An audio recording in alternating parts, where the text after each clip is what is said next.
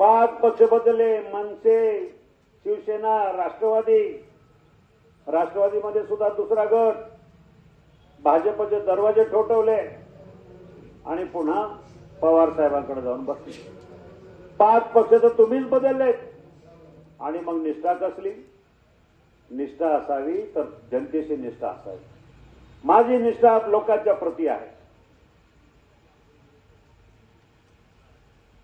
माझी निष्ठा लोकांच्या विकासासाठी आहे.